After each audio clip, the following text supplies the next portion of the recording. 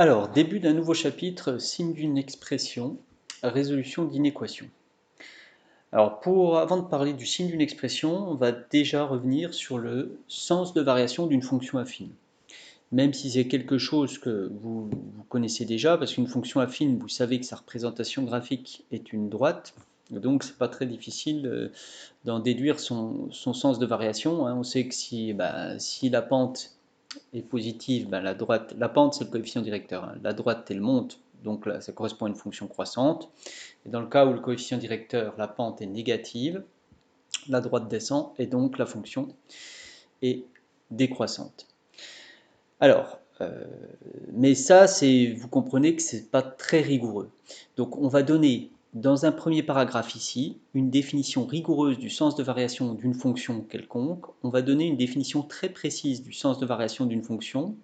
Et ensuite, on essaiera de démontrer à partir de cette définition qu'une fonction affine est bien soit croissante, soit décroissante, sans se contenter de dire ça monte ou ça descend. On va essayer de rentrer un petit peu dans la technicité d'une démonstration à partir d'une définition rigoureuse. Alors, la définition rigoureuse du sens de variation d'une fonction, c'est celle-ci, et qui est un petit peu compliquée à comprendre. Alors, je la lis. Une fonction f est croissante sur un intervalle i lorsque pour tout couple de nombres a et b choisis dans l'intervalle i, regardez ici, si je prends un couple de nombres tels que a est plus petit que b, eh bien il faut que les images soient rangées dans le même ordre.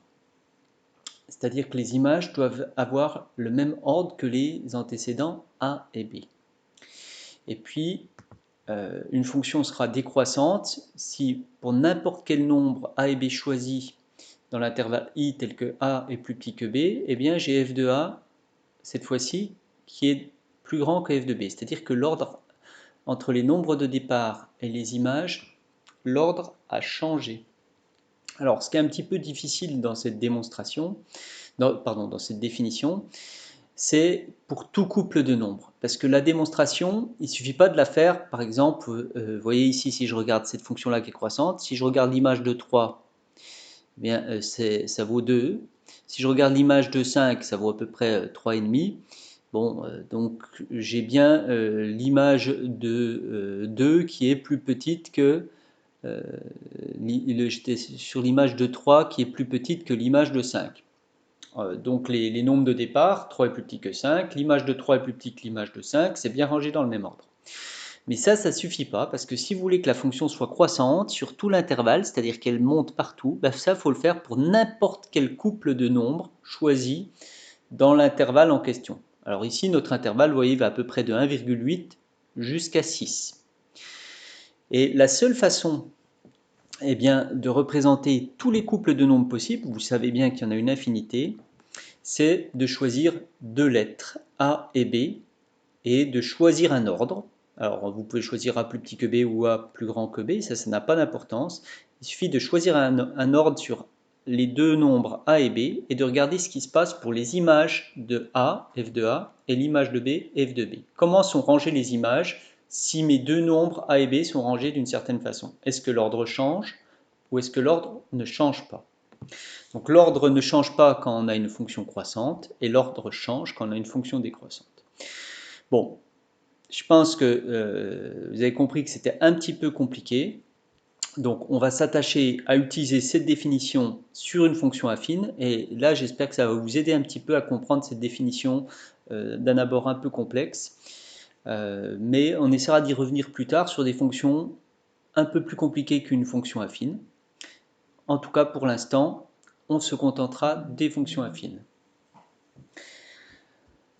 Alors, donc la fonction affine, c'est f de x égale mx plus p. Je rappelle que m, c'est la pente, p, c'est l'ordonnée à l'origine.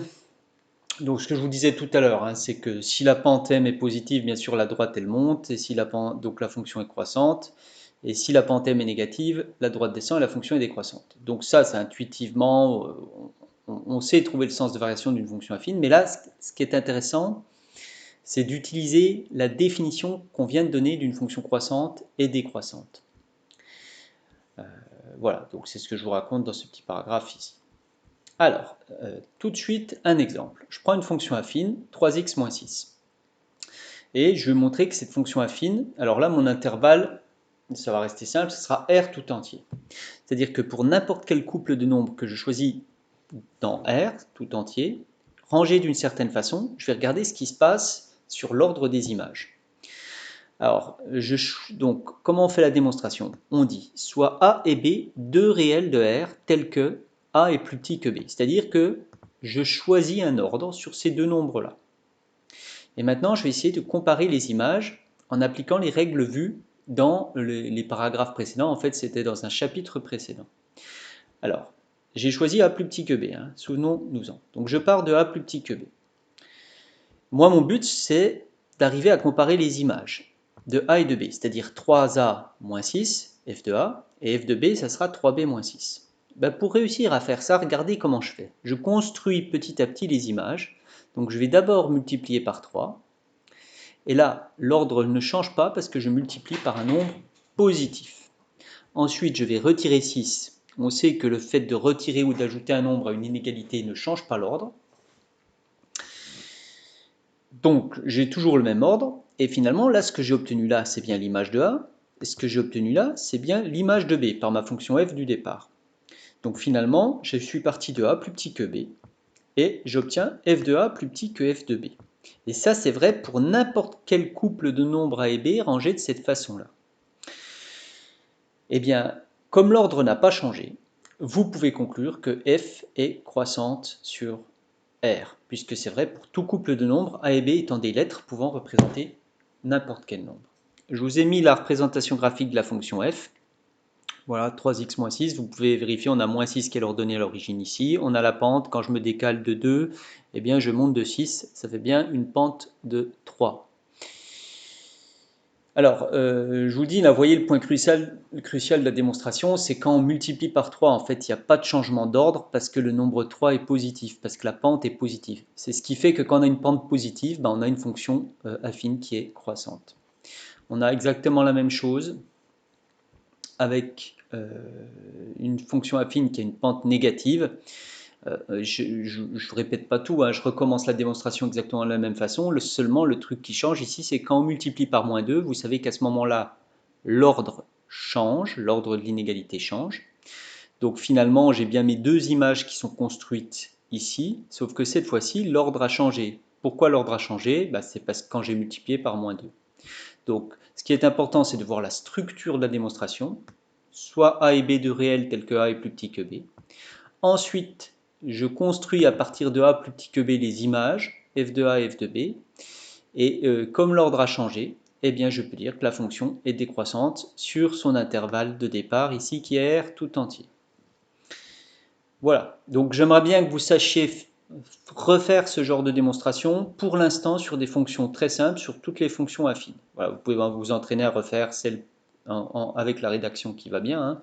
Vous pouvez choisir par exemple 4x moins 2 ou moins 7x plus 1, c'est exactement pareil, mais histoire de faire fonctionner la rédaction de la démonstration. Alors vous avez compris qu'on pouvait établir la propriété suivante, c'est que si la pente est positive, la fonction affine est croissante, et si la pente est négative, la fonction affine est décroissante. Et donc ça, on pourra s'en servir maintenant, vous êtes censé le savoir. Alors, signe d'une expression, je vais peut-être faire ça dans une autre vidéo.